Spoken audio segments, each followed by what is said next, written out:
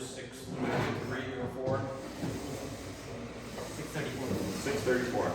And I want to give a reminder of the proper order for meetings, and this is in the bylaws, but last time people didn't like the way I handled telling people not to talk, but no one is allowed to talk during the meeting except for the people on the board unless we call on someone on a specific point. So there's no talking during the meeting. There's no profanity allowed. There's no shouting allowed. And at the last master board meeting, which I was not at, I understand I was on the phone, I could hear it. There was a lot of shouting. It was a very disorderly meeting. We're not going to have that. People who violate these rules will be asked to leave the meeting, and we're going to ask you not to come back to other meetings, because we need orderly meetings where we can get the business of the HOA done. If those rules aren't followed and the meeting is disorderly, I will adjourn the meeting and we will reconvene it at a later date on Zoom where everyone will be silenced in any case. So you may as well be silent now so that we can get through the whole meeting without having to adjourn it and reconvene it on Zoom. And again, people shouldn't need this reminder, but that's the way it is. I also have a little thing on community. We're supposed to be in a homeowners association, and that's supposed to be a community. We all need to get along, and we've had a lot of problems with this of late. It's okay to have differences of opinion. I mean, I'm not going to agree with you on this item or you on some other item. That's fine. We can all disagree, but we have to do it nicely. And once a decision has been reached, you have to respect that decision. It's not going to be changed just because you yell or scream or stamp your feet on the ground. Once a decision is made, that is the decision.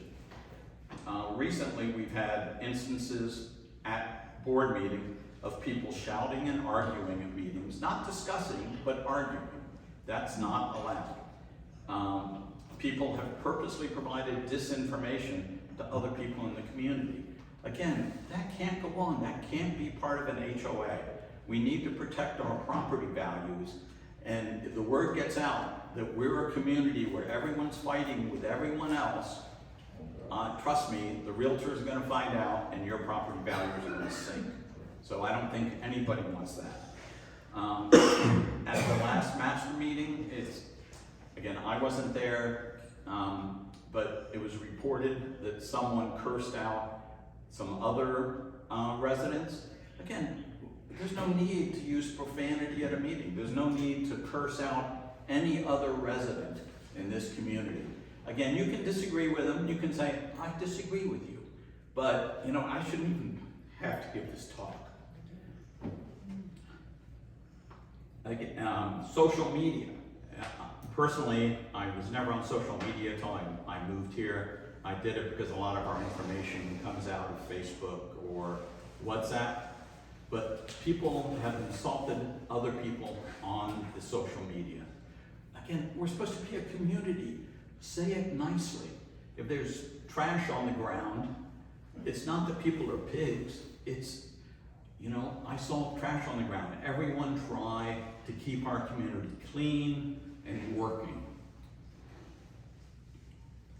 So, we all need to get along. We need to work together. If we don't, we will going to find our community blacklisted by realtors and brokers, and our property values will be adversely impacted. So I hope, we shouldn't even have to discuss this. We're all adults. We should all act like adults in the community. New topic. Again, I'm giving a lot of speech here at the beginning, but I felt it was necessary just because of what's happened lately. To the three of us, when we have communications not at this meeting, if we're emailing each other, if we're having executive board meetings, we are not allowed to discuss that with anybody else. You can't discuss it with your wife, you can't discuss it with your next door neighbor. Those are privileged communications and should not ever be discussed with anybody else. And again, from some of the Facebook traffic or WhatsApp traffic that I saw, I suspect that probably all of us were guilty of giving out information that we shouldn't.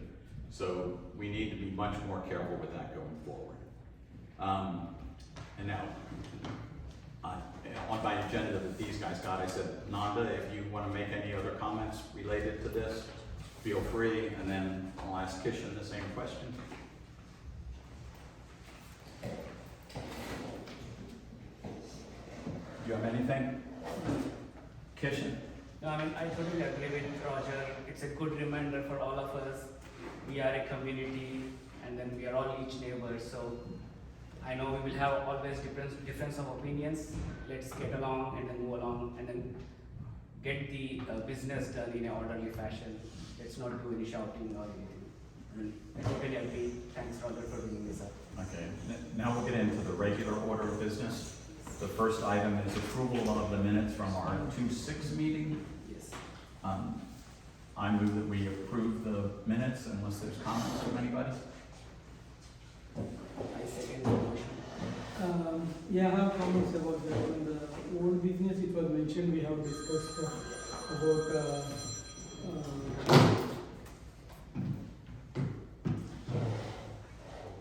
you open the old business.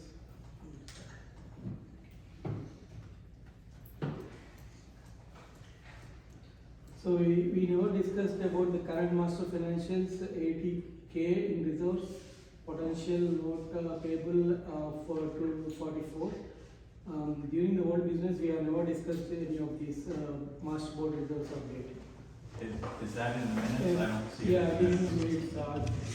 Other than that, I am okay with the remaining, but that has to be removed. Okay, so I think I found what are you asking about there? Sorry, I had to find it. The minutes of meeting, which is for March 26th, right? Yeah, it says current master board financials. March 13th. Minutes of Board of Directors meeting, March 13th. Yep, and the last line is current master board financials, Not the last line, we have, another old business, we have never discussed the reserves in the last meeting. About the master board reserves, we have never discussed in the last meeting. This was, everything here is inappropriate. No, all of those items were discussed. I Yes. believe we have a recording of that and Yeah, can I approve took that. the notes and then I did No, give the I don't see the numbers we discussed in the last meeting. It is not fair to put it here. We said 88K and then the 244K is the note payable. And it was in the discussion, I did bring that up as part of my updates. Right, that's what I recall also. Okay, I'm not approving this if you are not removing the whole business discussion here. Okay. I vote we approve. I would. Okay, note that the minutes are approved 2-1.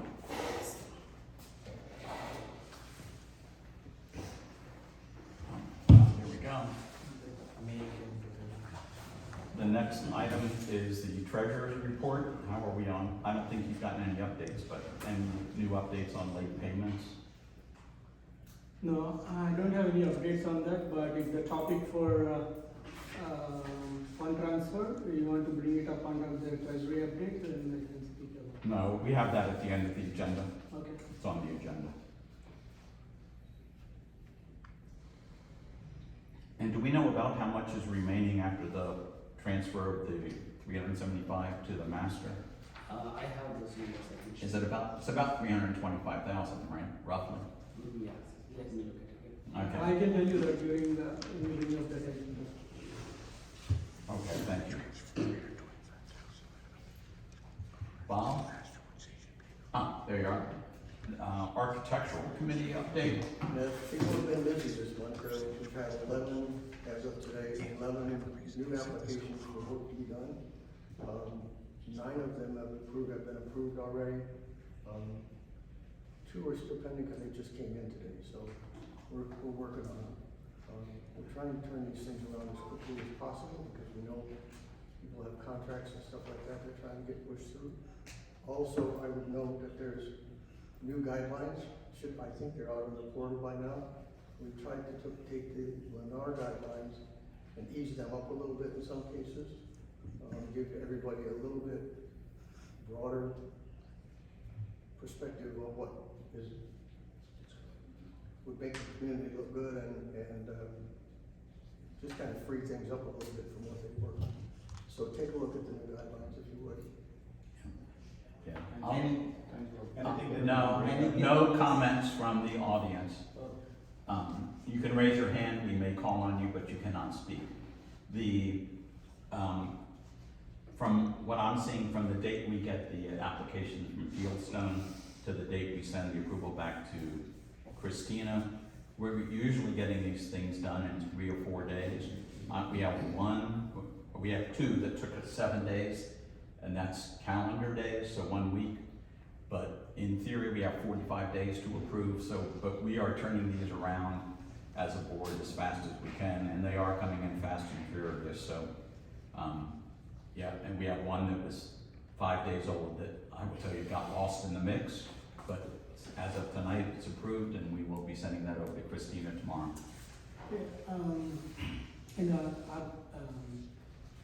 The document I see somewhere that we mentioned about the color coding, we have mentioned Home Depot color something. Can we remove the vendor? Sherwin-Williams colors is what's in there. Yeah, we had specific brand colors for the fence, and we needed specific colors, is what we agreed to for the. So it has to be from Home Depot? No, it says that we're similar. Yeah. I'll pull up the language. There's Sherwin-Williams color numbers, but you can go to Home Depot, Lowe's, either one, and color match it. Yeah, someone raised a question like if it's Home Depot, we have to get it from Home Depot only. No, Sherwin-Williams. Because they're mentioning the company name. Yeah, we did on the other paint, but let me pull up the guideline. It's HOA.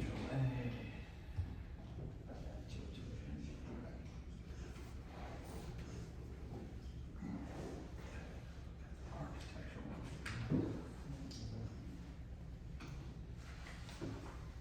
Design guidelines.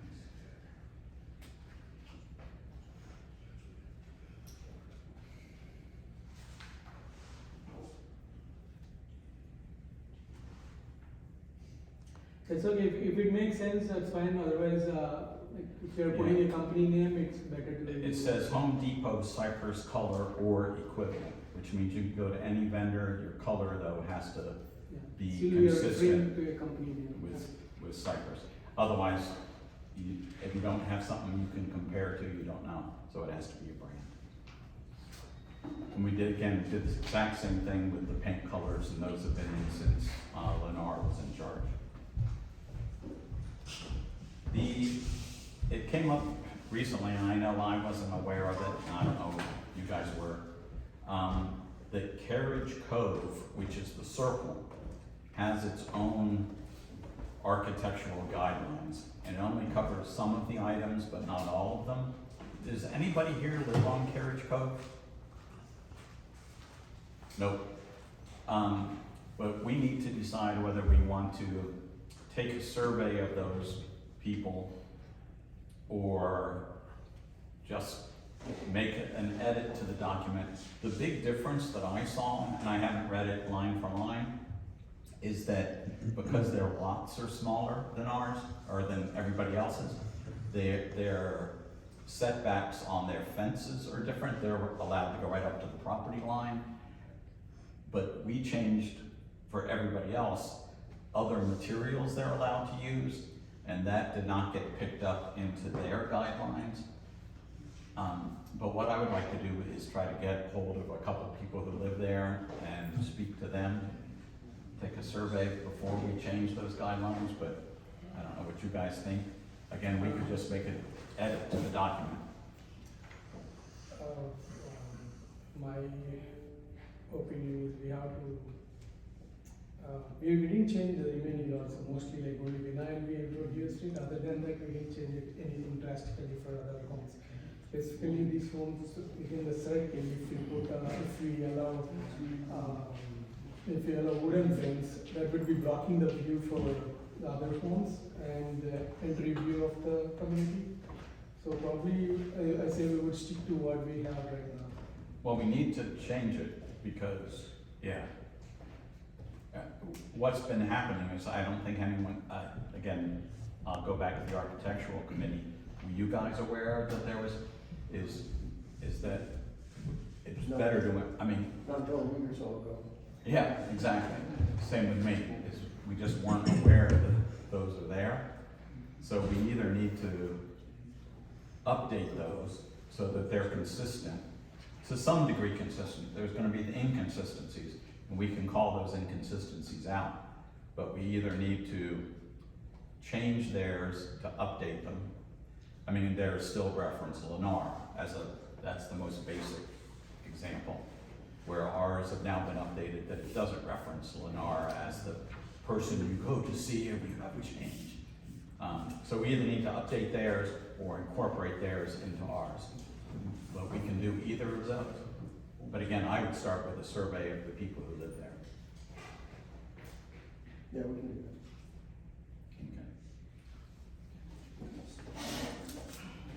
Old business, and some of these things that we've gone over are already old business, I guess.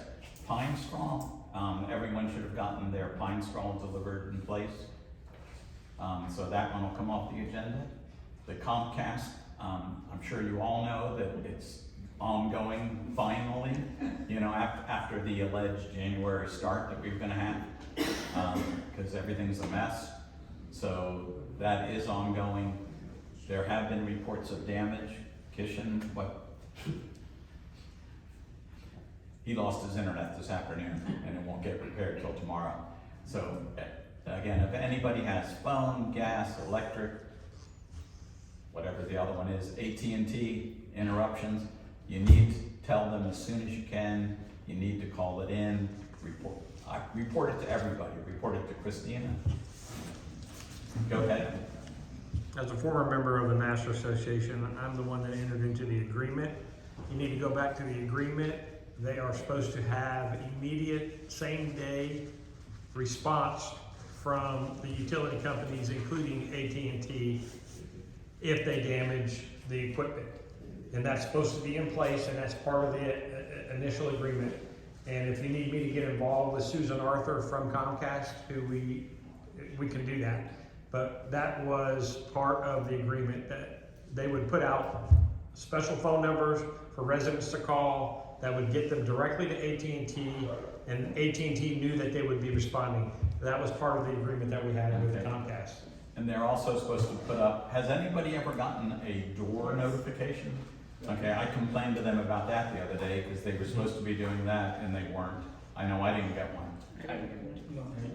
Yeah, so they, If you don't hold their feet to the fire, they won't do it. exactly. And they broke my cable as well, just so you know. And I actually made the Comcast people come to my house and finally got somebody that spoke English, and they made it happen. So AT&T came out and repaired mine that day. But if we don't hold their feet to the fire, you're going to see more of this. Yeah, well, it won't be for very long because they're they're making good progress. They probably have 4 crews out there right now. Everywhere I look, they're digging. Yes, sir, in the back. They damage some of my lawn, and it's unequal when the kids walk over, they can slip down or fell down, they may get an injury. So I have taken all the pictures and sent it to Christina, and I didn't receive any work done.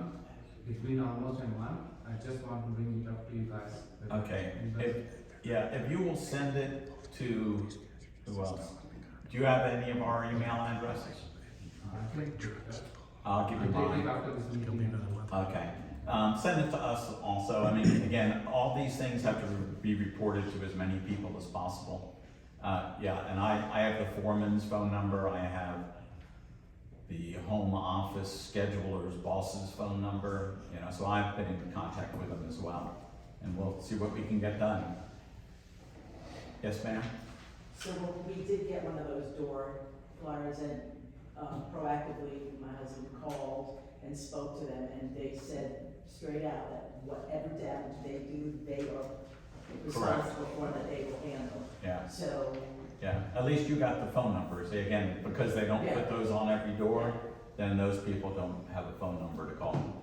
But, yes, sir? If you have like suppose if you already have the phone number card, why don't you send out entire sub-region so that will be easy, you don't need to look for them. I don't have the number that we're supposed to call because I didn't get the card.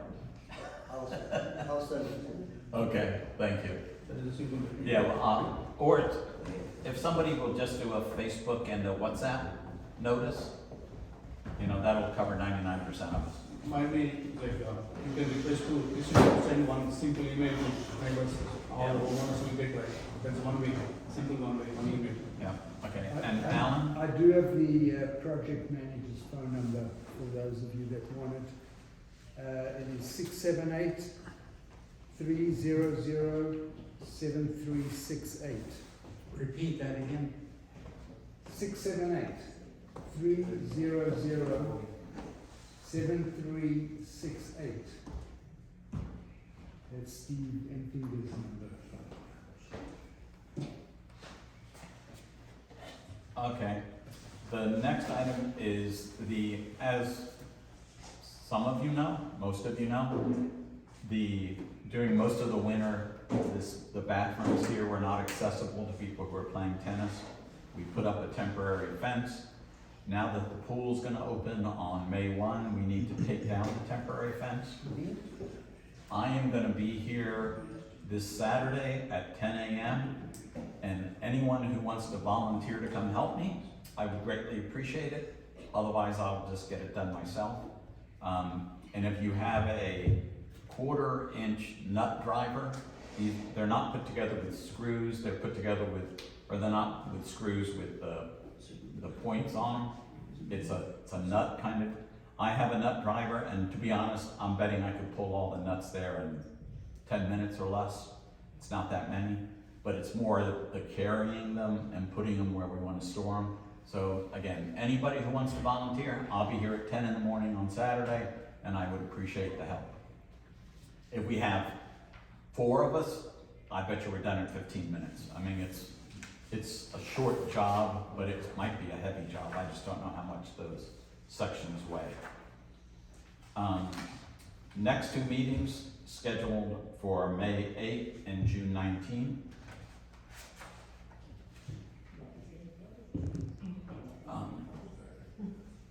And then some new business. People had brought up the fact that at one point in time, the master board had approved license plate readers for our entryway. And that those have now been approved by the master board. That's not that's not our board, but just to update you, those will be going in. And so if we have a porch pirate, in theory, we could at least figure out what car it is. So that, again, I don't know, and somebody here reminded us of that, and then Kishan and I brought it to the master board, and they did approve it. And there's a couple of master board people here, so thank you very much. And it'll protect us, but it'll also protect the common buildings and swimming pool and things like that. So it wasn't a service just to us. Can I just make a comment? that the survey's already been done for the poll, and that should be going in shortly, in the next week or so. There'll be 2 cameras on one pole on the center island. Okay. I'm gonna skip to the next one. Other new business from you guys before we get down to the reserves? I don't have it. Nanda? Okay. Now we're gonna give an update on the actions that our HOA board and the master board took with regard to some of the financial issues. And I'll turn at least the introduction over to Kishan. Yes, so we started working on funding the master. We looked at how the previous assessments had been collected, what happened to that capital contribution amount, how it was collected. And then we looked at all the 7 years of statement since we joined the board. We got all the statements, we looked at like how much funds that were collected and then how they were kind of utilized. And then we also looked at our bylaws, which kind of helps the master, which is the main amenity keeper, to fund its amenities for a prolonged period of time. And we looked at all those details. We had requested for a Ray engineering study back in December when the master board approved to hire the Ray engineering. They walked through the entire property wherever the master board belongs. They came up with some of the study requirements. I think that report was sent to us in the month of March, mid of March. They initially sent us a draft. They wanted us to look at those drafts and then tell us if they missed anything else. Then after a couple of weeks, I believe they sent us the final report, and we received the full report. And then that was one of the bases on like how we arranged the master funding.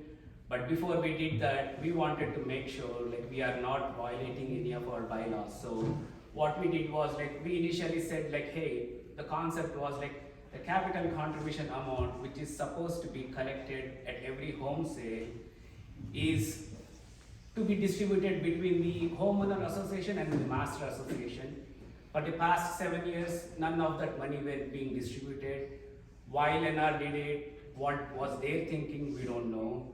We asked the attorney the same question, like why they did not do it. The attorney said like, it's a common practice for the builder to do it that way. Maybe they will do it, maybe not, they will not do it. It's up to them. As the declarant, they had every right to distribute the money the way they spent this, the way they thought like it was going to be worked out.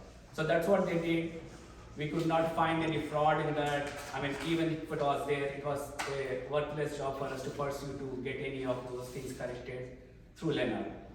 Now, since we understood this money was there, it was still living as a operating account balance at each sub-association level. That's how like some sub-associations have like very high accumulations, some kind of spent a lot of money there. So first we wanted to understand, is this capital contribution money, how much was it collected, and then what happened to that. Now since we figured out like that money was left here, we then asked the attorney, we gave a proposal like, hey, since master is kind of underfunded, currently its balance sheet is at like 88K negative as of like December, February time. We said like, okay, this money is kind of negative, and then most of these details are in that memo that has been sent out.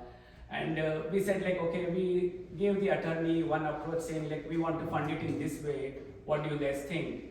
Then we also shared the same approach proposal to all the neighborhood associations. We got one alternative proposal as well, where we talked about like, how about we not doing anything and then spending the money on need basis. We will go to each sub-association and then get that money and then do it. So those were like good proposals. One was to keep them pre-funded, the other one was to fund it on the go. Then we shared those proposals to the attorney. She took a review of all of our bylaws. She took a review of our proposals. We also gave her a list of questions on like what are the authorities, the rights of each board, and then what is the right of homeowner in some of this decision making. So she reviewed all of those things as per the non-profit code and then as per our bylaws. As the board had the full right to get into any agreements with the neighborhood associations, or it can also levy a special assessment that can be collected by the master board to keep itself funded. Now, since we got those two approaches, we then said like, okay, let's look at like how much money each one can share, right? Some could share a lot more, some could share very less. Then we said like, can we take as much as we want? Then that was, again, the attorney suggested that if it has to be settled this way, it has to be an equal amount of every homeowner across the whole community. We cannot go back and then talk about that as a per sale basis. We don't want to do that because we don't know, like somebody bought home, they sold it, how much money of his portion was utilized or not. So she the simple thing was to get a per home basis from each sub-association, fund it to the master, and then use that money for the master's reserves or like whatever is needed as part of that. So that was the first task we did. Then we kept understanding what are the needs of the master, right? Like we have been getting like lot of codes since the master had been handling from Leonard, right? Like we received codes back in August last year for swimming pool. We got codes for some of the amenity upgrades like pickleball, volleyball, and a lot of this security related stuff also came up. We kind of accounted all the money that we might have to spend for these projects.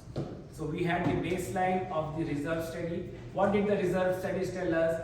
It told us for the over next 50 period of time, how much is the money that we need to accumulate at every monthly basis from each home to be able to fulfill a expense that is going to come after the 3rd year or a 5th year or a 15th year. We don't know. Because each one's amenities is the date of its biggest expense is going to be different. So they're gonna tell us like, okay, after 2028, you're gonna have to spend this much money, and then in 2034, you may have to spend this much money. So that is the baseline they gave us, and then we used that baseline. Then we said like, okay, since currently our balance sheet is negative, the balance sheet is negative for a couple of reasons. One is we have a note payable, and that has been a already known fact. And then we are like, currently master is living on a paycheck to paycheck basis. Like every month we collect the assessments from the neighborhood and then we pay for all the expenses. Only a very small amount is kind of getting accumulated. So we had to build a sufficient reserves because you cannot approve a project without understanding how much money you have. That is the simple principle we used. We said like, okay, this is the baseline, this is the amount that might need, and then these are all the projects we are considering. I mean, since we put it in our document, that doesn't mean we're going to approve them, right? Like, I mean, we still want to be thoughtful on like how we are going to spend, how much each of those projects is going to cost us. Like, I mean, they gave a 173K for swimming pool repair. I'm like, what is this? Why are we spending 173K? We are just not even a very old community, right? It's just a still 7-year-old community. So we are still going into details of those, but since we put it there, that doesn't mean we're going to spend it. But what we are expecting is like, since already an expert had reviewed all of these amenities and then they gave us a code like these and these repairs need to happen, we will validate them when we approve it. But for now, in order to get to the proper funding amount, we wanted to look at all of these details. And then we said like, okay, look at this number, what is the reserve study estimate, what is the project estimate, then finally figure out like how much each neighborhood could contribute. I don't want to take so much money from Bridalwood, Stablegate or Martingale that they will go bankrupt, right? Like, I mean, you don't want to financially put the other neighborhood association in stress. So that was another recommendation that came from the attorney saying like, take only that much is needed for you and then also take only the amount that will not harm the financial health of any of the neighborhood association. So with those factors, we finally decided like, okay, let's go for the amount which each neighborhood could do. And then some neighborhoods, they have like very heavy maintenance. They also have a lot of their own amenities. They are gated communities. They have bigger expenses coming up for them, like redoing of the roads and then whatnot, right? So now, knowing all those facts, they did their own analysis and then they said like, hey, this is what I can contribute. So each neighborhood came up with their own number. Then we said like, again, we took their number, we gave them a range, maybe we will do between 500 to 800 or 500 to 900, or we wanted to make sure like all of those numbers made sense and then they are sufficient enough for us to keep the financial health of both master and then the sub-association. So that was the whole concept behind how we came up with this proposal and then how we agreed to these details. So everybody in the master code has the details of all the details we got from re-engineering study. We created a project list and then the codes were already sent to us. We kind of put them in a list and then we looked at all of those details. And then we finally proposed it during our last master board meeting, saying like, hey, I am suggesting through this analysis, either agree to an 800 amount or a 900 amount. There could be some other options that could be worked out in the future. I don't want to guarantee for that, but like we wanted to consider all of those details before we finalized on the amount. So last board meeting, master board agreed like, okay, let's do this $900 per home basis because that sounds like a very good plan. The numbers worked out, and then all the requirements currently we have identified are being met. So since we agreed to that, then we sent it back to the homeowners association saying like, hey, this is the agreement that the master is okay with. Do you guys also agree? So each neighborhood has agreed.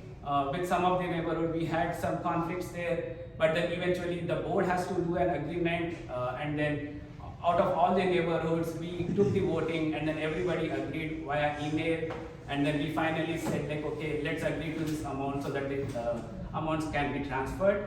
And then we sent it to the attorney after signing the documents. She sent it to Fieldstone, and then the Fieldstone kind of initiated the transfer. I don't know where we are at on the transfer yet, but we will get an update once it is completed.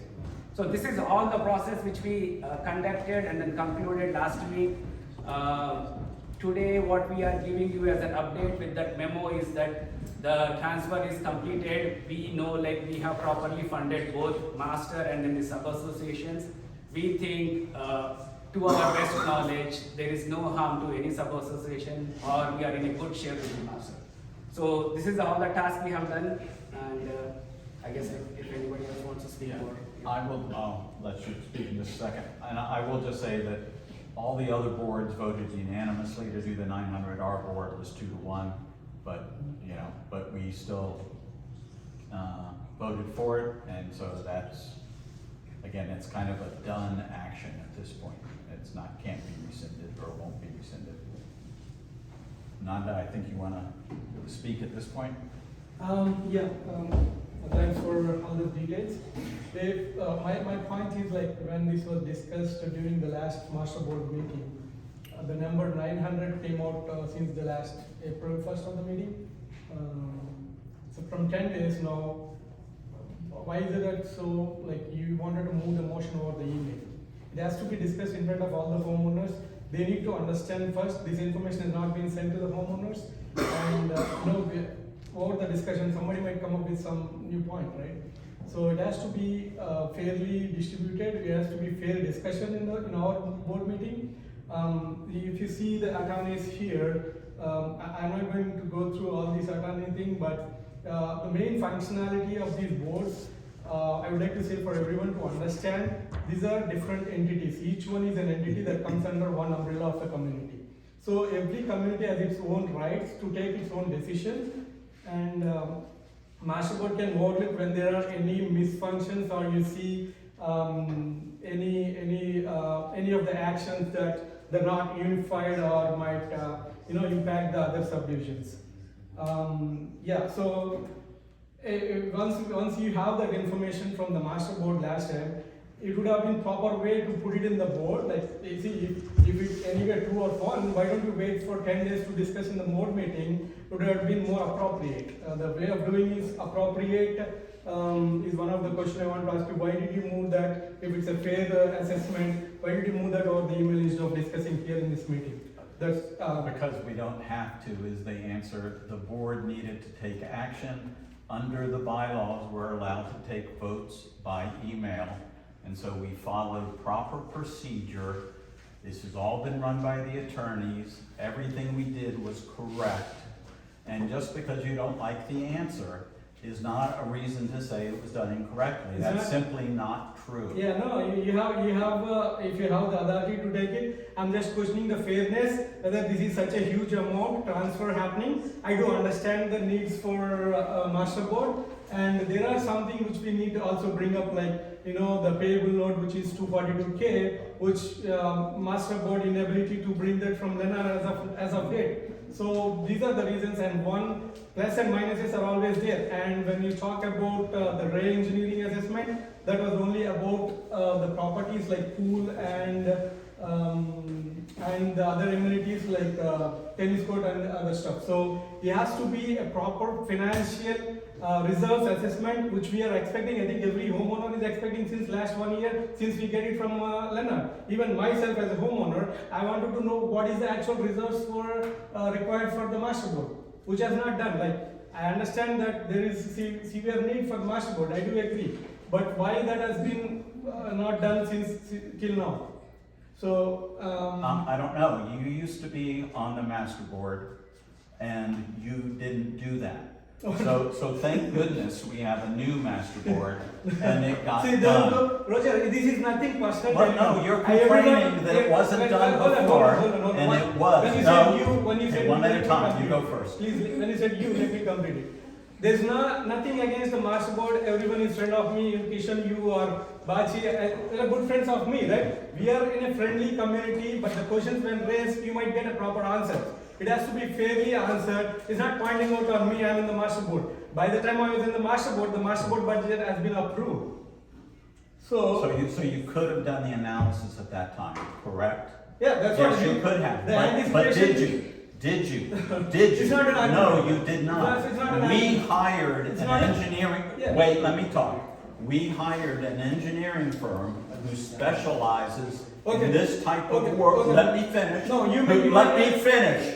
You might make a note of it. Let me complete my Let me, points. no, I took the table now. Okay. We hired an engineering firm that specializes in these types of assessments. They provided the assessment, they looked at streets. Oh, well, we're not responsible, the master's not responsible for any streets, so we didn't have to do that. They looked at every structure, they looked at the gates, they looked at the stone walls, they looked at the swimming pool, they looked at the playground. If you can find any amenities they missed, please tell us.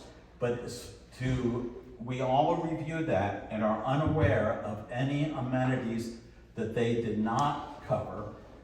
And again, all this information was used to set our reserves and to find out exactly what we're facing in the future. Okay. And you can go, or we can call on the man in the corner. If you may, Alan, go if you ahead. paid attention in Kishan's report, he said his report was based on the reserve analysis, which was done for the. Yeah, I'm talking about the same thing. Hey, I'm talking. Yeah, one at a time. The reserve analysis was done for the Master Association, which is open to anybody to see. And Kishan kindly did his reporting based on that analysis. So reserve analysis was done. We know the numbers. We know how much it costs to fix a pool. So it's all in the report. Okay. Okay. I appreciate Kishan putting effort on this one. We have a few back and forth emails regarding the initial, one of the option was to, based on the different boards, whatever they can contribute or donate for the one time, it was one of the option, which I think I strongly objected that. That's when you come up with a one number for every home. That I appreciate it. It has to be, according to the bylaws, whatever the master board charges, it has to be per home per home in every community. You're getting And some things confused. Alan, wait. It was done per home in every community, exactly the same amount. Yes, So that's- exactly what you're saying needed to be Yeah, that's done needed to be is done. what was Yes. done. Yes. Can I add one thing? Yeah, okay, go ahead, you're next. See, if you think we have done something wrong, point out to that, we will fix it, okay? It is not like we are doing our way or not considering your way. You gave us a proposal, we took that proposal into consideration. We thought like, okay, let's do it on a on-demand basis. That was not going to work out for a proper financial planning, okay? That was the main objective of your proposal. Your proposal was there, it was well documented, it has all the information, whatever we needed. But again, even in that, the basis was like, let's do a re-engineering study. And then we did the re-engineering study, we waited for that report to come out before we finalized on the amount. Because if it had to be done my way, I said, like, get me $1,300 from each home. That's how much I had asked for. Because I thought like that is a very good number to keep it. But did we do that? We did not do that. We waited for the actual report to come out before we finalized on the amount. Now your point is like, you are saying like, we did not wait for that report, or like that report came out, maybe you did not have that access to that information. See, we are dependent on the vendor to do that, and then there was no, like, we wanted to rush overnight and then finish this job. If we wanted to rush overnight, we would have done it in the month of December itself when we saw like there is a shortfall, right? We did not do that. We waited, we took almost a quarter of time. I mean, we spent so much amount of time understanding like what could be our expenses that could be come up. I did look at the Mountain Crest HOA's budget sheet. I did look at the items that are available for the Mountain Crest HOA budget sheet, okay? If you look at our Mountain Crest HOA, that is our community, right? Our majority of expenses, which is 53% of our expense, is to pay the Mountain Crest Master Association. That is the money which we send it to the master every month. The remaining amount is the pine straw, the landscaping. After that, there are only few items that require a repetitive care from the Mountain Crest Master Association. When you look the same thing for Mountain Crest Master Association, Mountain Crest HOA has 11 items to take care. Mountain Crest Master has 35 items to take care. 35 items are in our budget right now. Are they all of the items? We don't know. I mean, those are the ones which we already budgeted. Some of the things we have never budgeted at all. But what we did was like, we understand the Mountain Crest Association has enough surplus with less amount of assets to take care. And this is not a new fact which we have discovered. This was already a fact. I think we have one infamous email from our previous board member, right? Where he gave us a table. I can share the table to you guys again. The assets under Bridalwood, the assets under Stablegate, the assets under the Master, and then the assets under the Mountain Crest Association. The facts were like there were none, absolutely none. Is it completely true? I don't know. I don't know yet. Okay. I'm happy like if you say like if you insist that we Mountain Crest HOA also needs a re-engineering study, we will ask for the re-engineering study. It may come out with nothing. Because right now there is nothing documented in our bylaws or like in our balance sheet or like in our statements or in our budgets that requires for us to fund anything there. Previously the suggestion was like over 60,000 is what we need as in our reserves. That was again stated to us in our October meeting and the November meeting. And then some of those could be really good, some of those may not be true, some of those may be less numbers, but then still, did we deplete our current account or our reserves from the Mountain Crest HOA? No.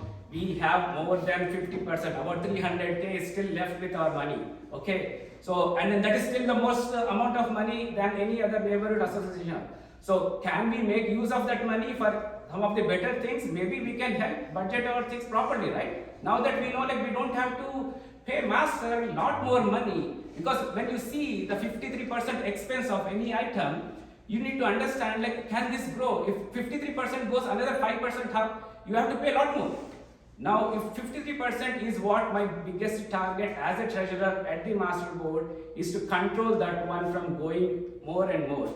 If we don't take care of the master assets properly, we will lose control of that biggest expense and then we will have to pay for that as and when it is needed.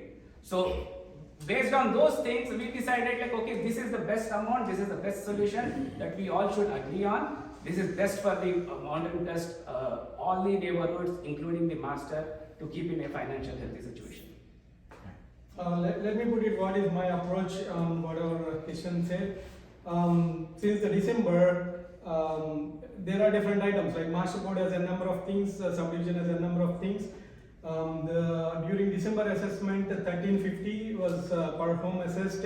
During December, the last year assessment was 1350, and this year, the last December assessment was 1650. So we have raised significant amount there. If we are still, falling behind the results, that the assessment was like, what you call that? We are redoing that assessment now.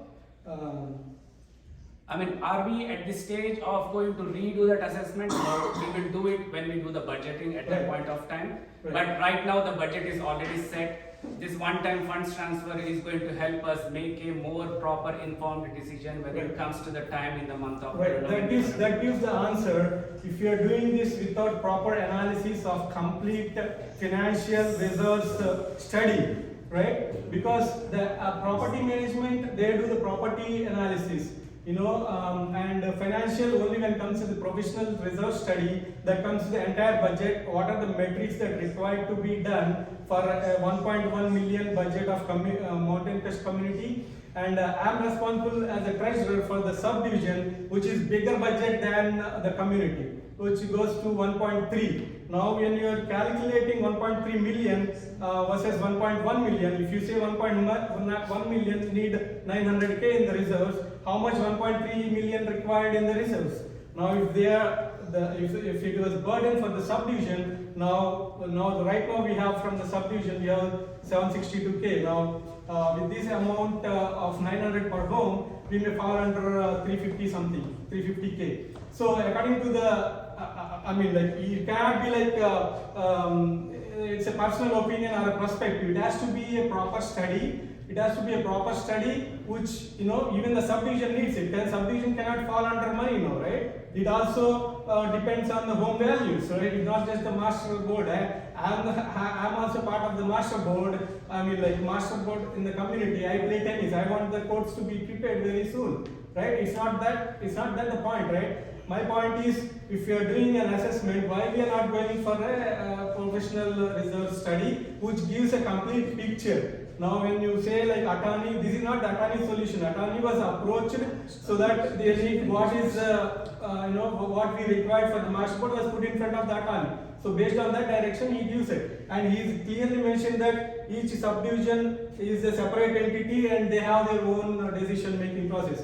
Now all this is coming now after moving the motion after the master board discussion happened in April 1st, which is not even allowed to discuss here, to put it in front of everyone. Right now, whether I am right or wrong, that's a different thing. But there has to be an opportunity to talk in front of the homeowner. This is such a huge amount. Why you cannot be fair to wait until 10 days of this day to discuss and move the motion here in front of the homeowners? Sorry, before you write, No, this is a wait big. a minute, can we just shut off this discussion? I don't think. I we're want to making make any- one point, please. Yeah, just Please, forward one- Jim No, the reserve Alan. analysis. Please, yeah. I want to make one point, okay? I think he keeps making the point that, okay, we need to do a discussion in front of all of you guys to see and then make a decision. That is not the way it works. That's not a board. How it works is, we look at our facts, we look at our numbers, we look at our professional studies that are being presented to us, and then make a decision. That is something which we have to do offline. I am not going to sit here and then tell you what am I looking at and then how do I feel about that. That is never going to happen. If you want me to do that, I am resigning right away. Yeah. Okay. So I think nobody should be put under that amount of a public view to be able to do their work, right? I took my time to understand what I am doing, and then finally it keeps saying okay, never got an opportunity. I have a proposal from him, which all the details, whatever he wanted to say. If there were limitations for his proposal, there was a limitation. Re-engineering study was a limitation. I don't want to make a decision until I get the re-engineering study. We did not make a decision before we got the re-engineering study. So that fact is there. Please don't get confused with so many things being talked about. I believe the board, everybody in this board needs to understand the facts and then make a decision at the end of the day.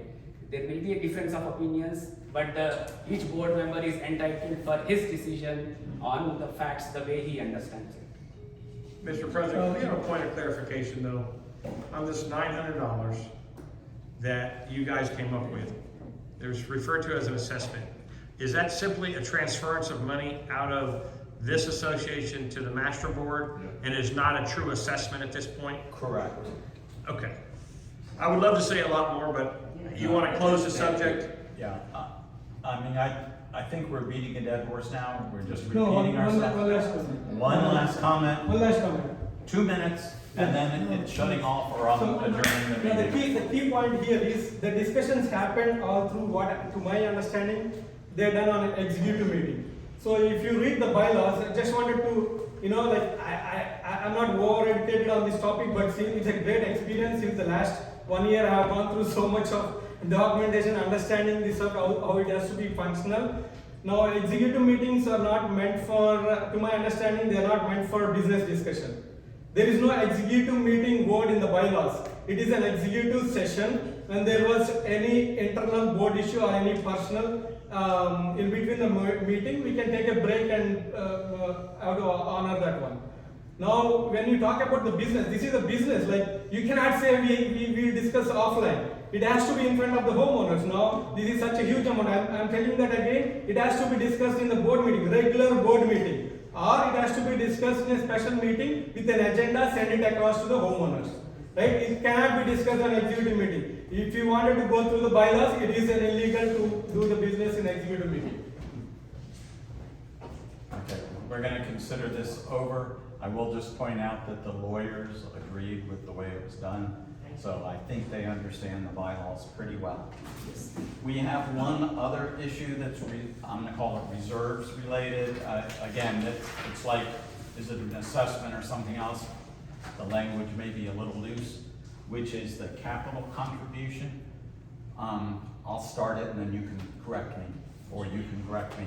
When someone sells a house here, there is a $2,500 fee that is paid. By the new homeowner. But, yeah, I don't even know who pays it. I think, By the new homeowner. I thought it was the old homeowner. No. It doesn't matter because it was reflected in your sales price. Of that amount in the past, well, in the past it was a different amount, it was 2,000. But as the Lennar and Fieldstone just put that money in each HOA's account. So as each house in our HOA was sold, certain amount of money went into our operating reserves, nothing went into the master. The bylaws are set up such that the master association can request a given amount of money from that sale. And obviously it can't be more than there's a lot of little, like Martingale has a special thing, but they could not ask for more than $2,500. I'm simplifying a little bit here. What the master board decided was that they would request a contribution of $1,750 from each sale, which in our community would mean that we as a community would keep $750 of those dollars and the rest would go to the master board. That is a decision that the master board can do independently. However, the master board wanted to make sure that all the sub-associations were on board with that decision. So we as a board voted on that as well. Again, the vote was 2-1, and we approved that transfer of $1,750 whenever a home is sold. Any comments? Comments? No, I agree. Yeah, so this is already after moving the motion, there's no point of discussion, but I have objections on that one as well. Yeah, you voted no, we understand that, Yeah, but it carried, the motion carried. Go ahead. Like any new sales happens, resales or whatever, the new homeowner will pay $2,000 based on the subdivision, whatever. Right. The 1750 and what ratio the figure came up and what perspective it came up to 1750? Is there any reason out of some amount only 1750 or what calculation? I'll let you answer first, Yeah, because your answer might be better than mine. The amount has to be same across all the neighborhood associations. Okay?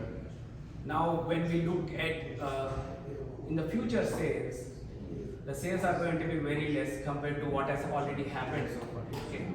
The amount of income that sales would generate is kind of not predictable, but as the master is the main amenity keeper, it always needs some additional income to come. So 1750 is a good number we kind of figured out based on like how much, I mean, there was some suggestion from the attorney as well on this aspect, like what should be the amount and all. So we looked at the details and then we concluded like, okay, 1750 is a good amount to be taken from each neighborhood, from each sale to the master, so that like maybe there will be a 20 sales in a year, which is like very minimal amount compared to whatever income the master is generating. It is not going to have a drastic impact on any of the neighborhoods. I mean, for that reason, we concluded like 750 is a good number. Yeah, and And then there were other suggestions as well on that number. I mean, I proposed 1750, others proposed 1250. And then I said like, hey, these could be a better sources of income. The whole idea about this number is like, in future, we don't want master to levy any special assessment. I mean, does that mean like we will never levy a special assessment? No. Again, don't understand me wrong. We will try not to do that by being forehand on making this collection. So that's all we are trying to do. Yeah, and let me add something. Realize that Martingale, when they sell a house, the amount that they collect because of an oddity in the bylaws is $1,900 and some odd dollars. So we couldn't go any higher or much higher than 1750 because then they would have gotten zero. Obviously, we could have left it at $0 that the master collects. But it was just kind of it's not as justified of a number as the 900. The 900 has a lot of detail behind it. The 1750 was a common agreement between all the board members on what was best for the sub-associations and the master. Instead of 1750, continuation once again. Instead of 1750, if our intention is, entire master board intention is to build the master reserve, instead of 750, why don't we like take whatever the initiation amount, everything goes to master board so that we can build more master reserve? The answer is because each house in each community needs to have exactly the same amount. Oh, okay. And so again, Martingale is limited, so we're taking almost the maximum amount we can. Just I'm trying to understand what See- logic is behind that 1750%. I mean, the max which we could go was that 1920, which Martingale will cover, but we did not want to go to the max. And then it has to be the same amount coming from each neighborhood. Okay. Because we pay the same amount to the master every month, whenever any special assessment is done, it will also be the same amount for every neighborhood lot owner. So it will always be the same number, irrespective of like how much the assessment they collect. So you had one question. Yeah. So we have 418 houses our division, right? Correct. The amount of house sale will be more than when compared to the other divisions. So probably there are like 42 houses in one division. There may not be any houses selling when compared to us more. If we keep this amount in our division, we will be benefited, right? When compared to other divisions. Well, it's kind of random. And then you come up with some other value of collecting money from every division, saying like how you're collecting 900. So you can collect 1 more 100 or 200 more from every division. So it will be equally divided on every house. Instead of like only like our division is gonna lose more money when compared to other divisions, right? No. Can I tell you what? Okay, you go and then I'll go. So Martingale pays like almost 95% of capital contribution amount they are collecting. We are taking 1750. We are still leaving 750. So I mean, the point is again, what is the amount? Can we predict the amount that can be collected through this income source, right? Can we predict it is? I mean, it is true that we have 400. No, if master board wants some extra money, they can ask, okay, hey, I want some more money from you guys. Collect some extra money per house based, not on the house amount of sales, right? Let's keep this sale amount with us only. I mean, we will be benefited. The whole 418 houses will be benefited when compared to other divisions. Okay, I will say, I'm glad you know what proportion of houses here will sell versus in Bridlewood or Stablegate or Martingale. We may be getting a extra money because they may sell more houses per 100 houses in their community, Or we may pay a little bit more. On average, it's probably exactly equal over a 10-year period, because people here are gonna move, people in Martingale are gonna move, people in Stablegate are gonna move, people in Bridlewood are gonna move. They're all gonna move. In the end, it's as equal as one can make it, is the answer. Because that's just the way numbers work. Yes, sir? So you're saying like in 10 years, that's an assumption. Last year or before year, again, even if you take that number for the next year would be an assumption. So why you wanted to go with an assumption instead of like, have the amount here in the subdivision, let the master board assess how much money they need end of the year, that we're going to transfer it. So now you think we should have assessed everybody more instead of No, it's not. assessing the amount we did? So No. your positions are No, this is- contradictory, this just is- for the record. This is a one time that Lennar has put, because initially we know that there are 418 homes in our subdivision. And Martingale has 47 homes, so they know how much they are going to collect. Now if this is one time thing, like as I understand, capital fund should be one time. Now this cannot be repeated, like for the resales. Now let's say for example, like you're saying some assumption for 10 years. I will take one example for next year. We have 20 homes resale here, which is about 20 into 1750 comes around like 35K. And Stablegate might have like 3 or 4, Bridlewood and Martingale doesn't have anything. Now let's say there is a bill of 40K for the pool repair.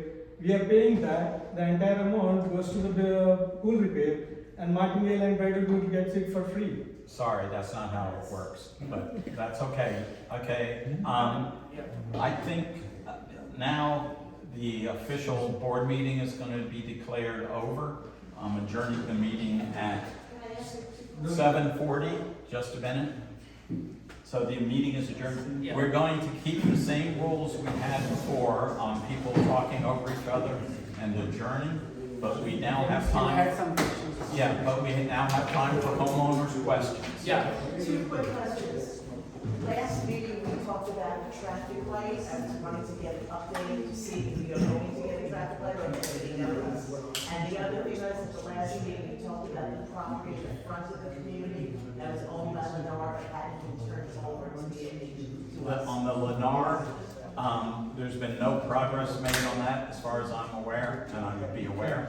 And I don't know anything about the traffic light, I never have. I know what you're talking They about. said no? December. Oh, December. It will happen Later this in year. this There was a year. big article in Foresight. Okay, thank I you. think Foresight County Thanks, sent Alan. some, Yeah. they captured, they posted in, later in this year, they're gonna put 4 lights, one is in Chamni Gap, one is another, some entire county or something. Thank you, sir. And thank you guys, you do it. Okay. 2 lots. Sir in the back? So, I want to bring a complaint about the neighbors, okay?